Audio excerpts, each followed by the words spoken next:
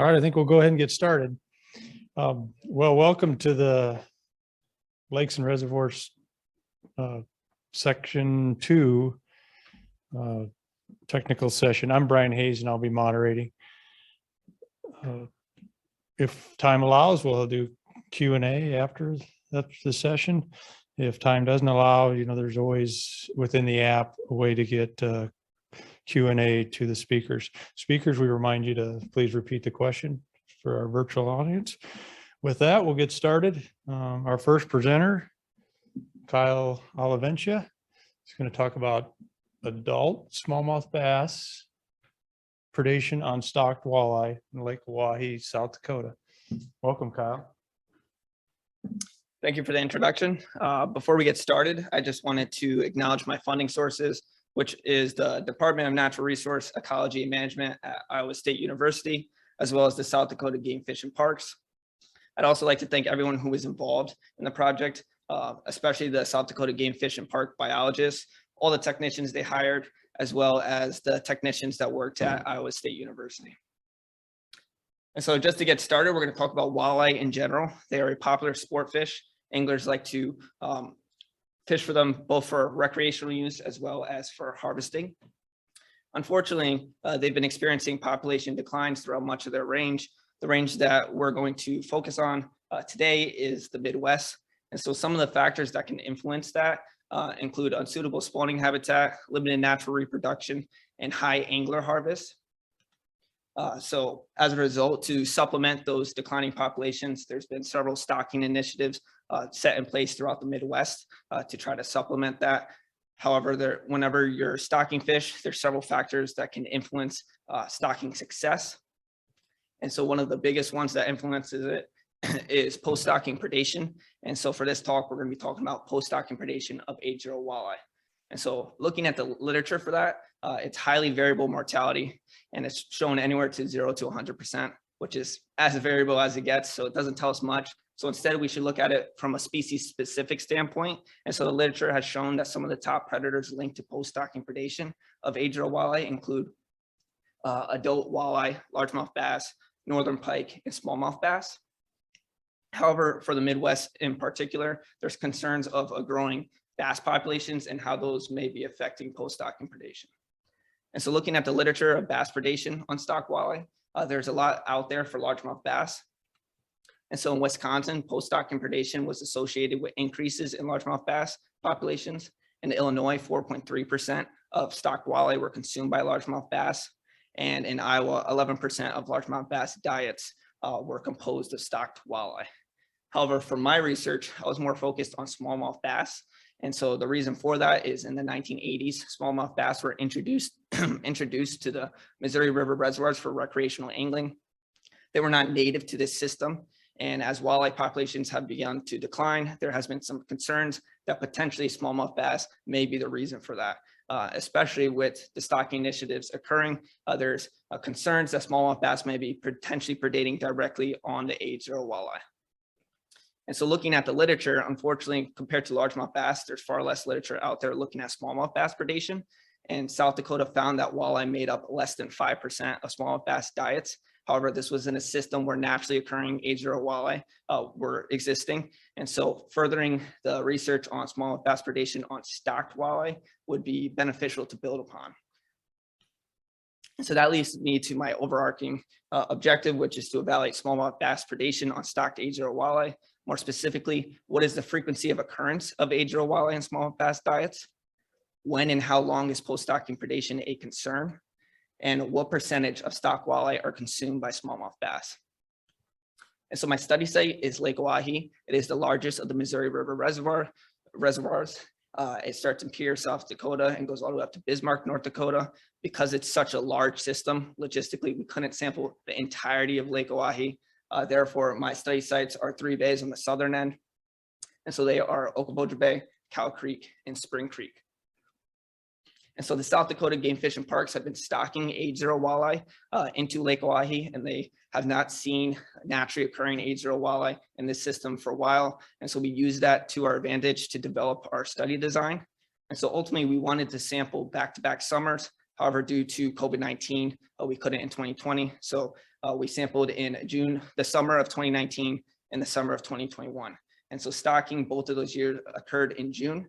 And so the way we set it up was we, for each year, stocked 2 bays and left 1 bay as a reference site. And so this is important, as I mentioned earlier, they haven't seen naturally occurring Age-0 walleye, but we wanted to make sure that still held true. So we left a reference site to ensure that there was no Age-0 walleye within that system, so that we can make the assumption that any that we did get in the diets in the stock bays are in fact ones that we stocked. And then we decided to also switch the reference site between years so that it wouldn't be any bias for a particular site.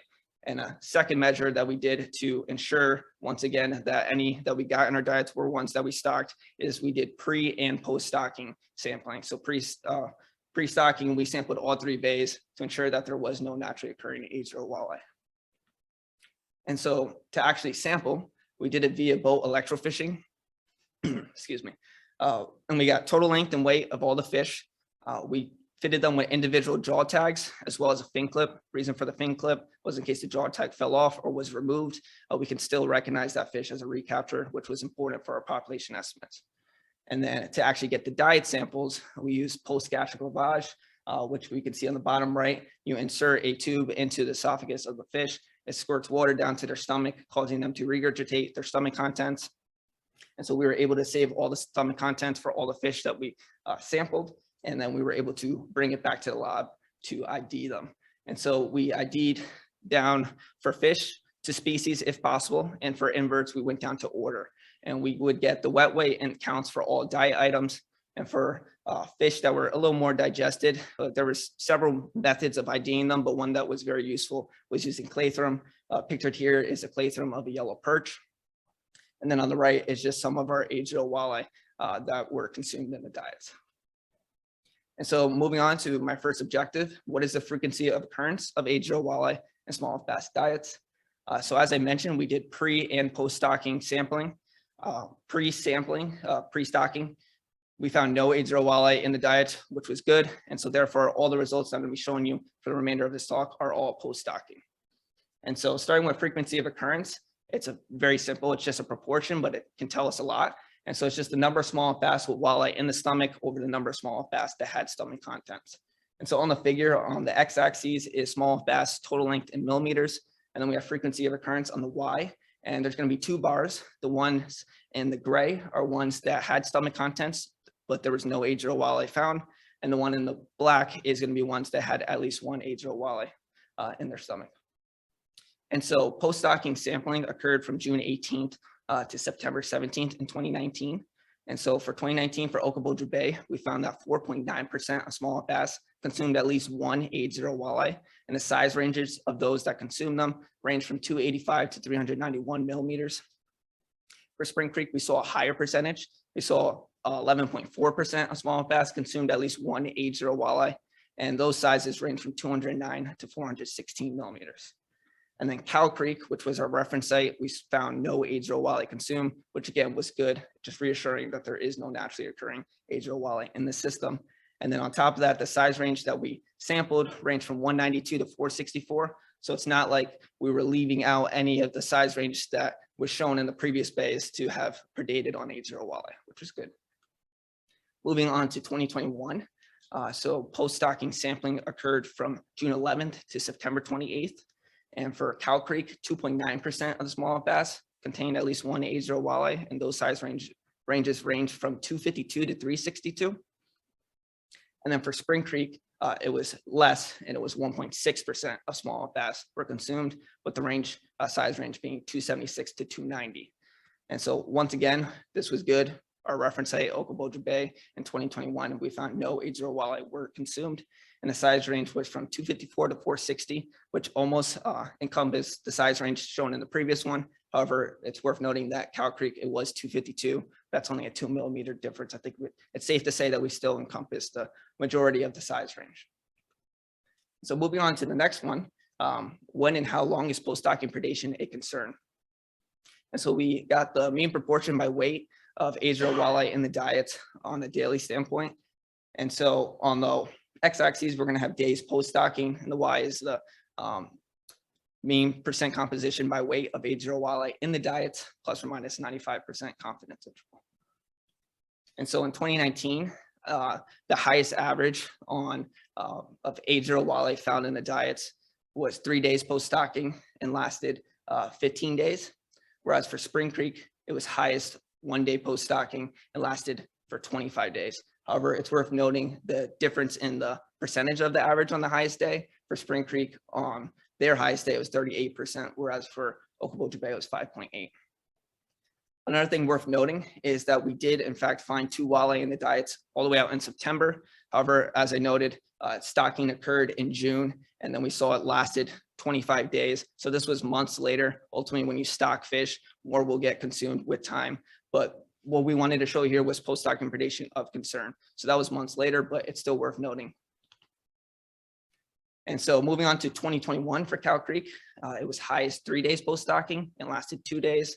Whereas for Spring Creek, it was highest on 2 days and lasted 3 days. Once again, noting the difference in the percent on the highest days. Cow Creek, it was 43%, whereas Spring Creek, it was 8.3%. And so moving on to the final objective, what is the percentage of stocked Age-0 walleye that were consumed by smallmouth bass? And so first, we wanted our population estimates. We got this on 2-week intervals using Schnabel population estimate using our recapture data.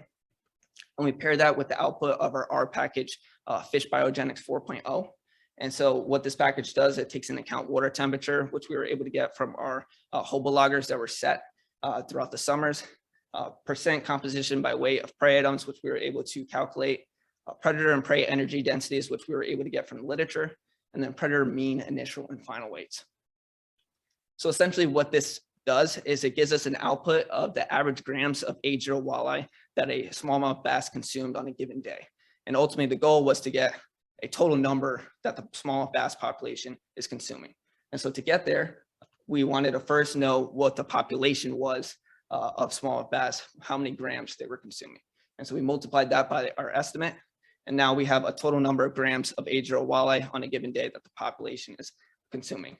So now we have all these grams, but we want to know, okay, how many grams, how many Age-0 walleye does these grams equal to?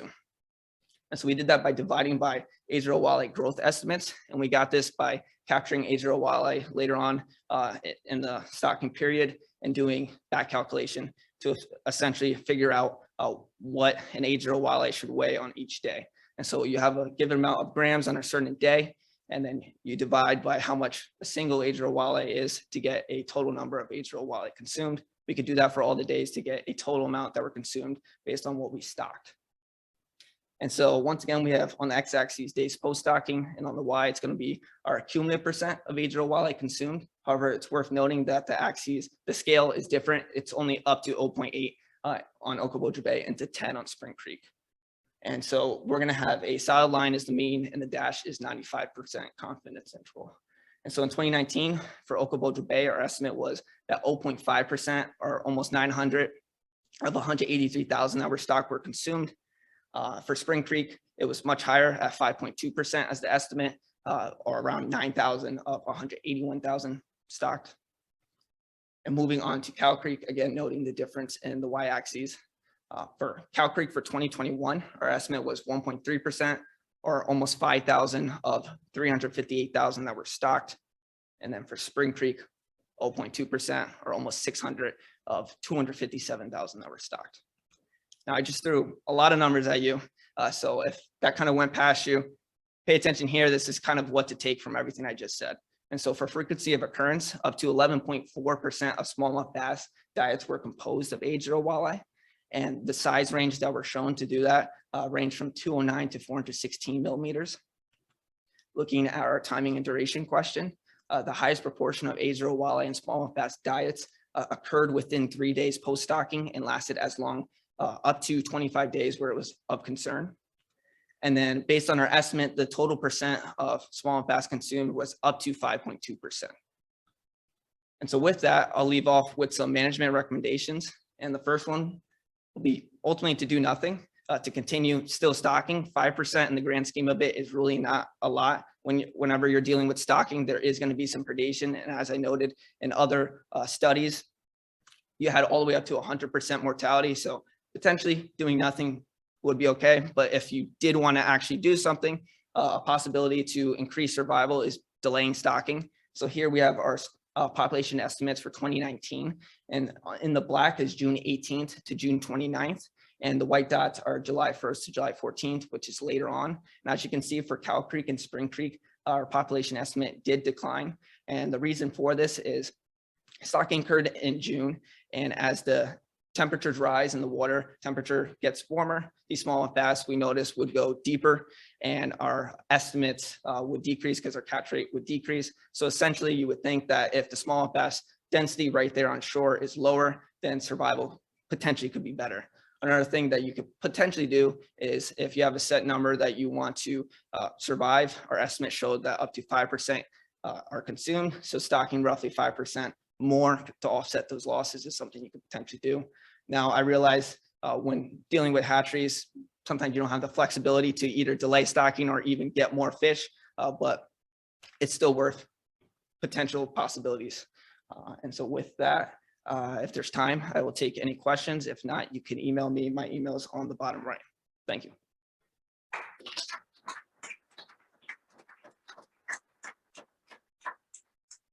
We do have time to entertain some questions. If anybody has any questions for Kyle.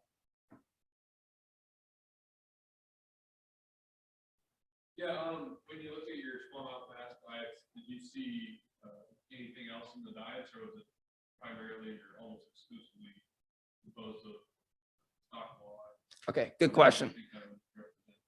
And so the question was if we found anything else in the diets other than Age-0 walleye, and we definitely did. Surprisingly, the one item that for this year that we saw the most common was Hemiptera. So an invert, like such as back swimmers, was pretty much the majority. When they started going for fish, Cisco, some that you would be very surprised that they tried to fit in their mouths were ones that they consumed, but definitely not just Age-0 walleye. Do you think you're targeting Age-0 walleye or just opportunistically feeding on them when they're present? So the next, the follow-up question was if they're feeding opportunistically. Sorry, I just butchered that. Sorry, nerves. If they're focusing on the Age-0 walleye, or if they're just going after them because they're there. And that's a good question.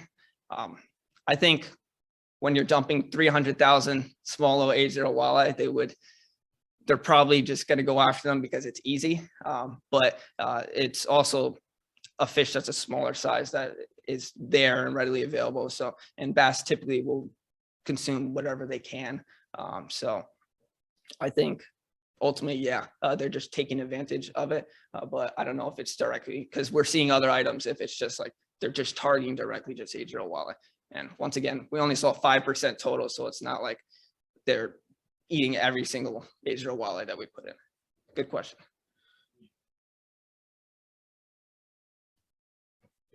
Here you focused on smallmouth bass as being the predator, but what about other species that you encountered? Did you take diet samples from them at all, or try to estimate any of that stocking mortality of other species? Yeah, so that's a great question. We actually collected diets of walleye, northern pike, and in Cow Creek, they have some largemouth bass, but really small population. And so we did get diets of that as well. However, for this talk, I just focus on smallmouth bass. Ultimately, I'm going to be looking at the walleye as well, because literature has shown that cannibalism is definitely a possibility.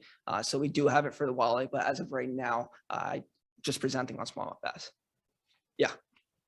So you focused on sampling in areas where close proximity where you stop? Yes. Did you look at movement? Because we movement of those Age-0 walleye, notice they've been miles away from where we were stopping. So the question was about where we sampled and whether or not we noticed movement of Age-0 walleye.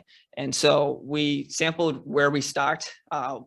It's a huge system, so we didn't find any Age-0 walleye just from shocking. And if we did, we probably not going to notice them. They were only 30 millimeters.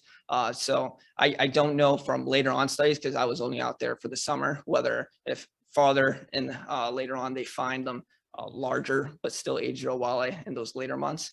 So I don't know their movement patterns, but yeah, we typically sampled around the area, but it's still a good amount that we went about within those bays. Those bays are pretty big, and we would go all over the bay. So it's not like we were just sampling right there at the boat launch where we stocked. Thank you, Kyle. Thank you.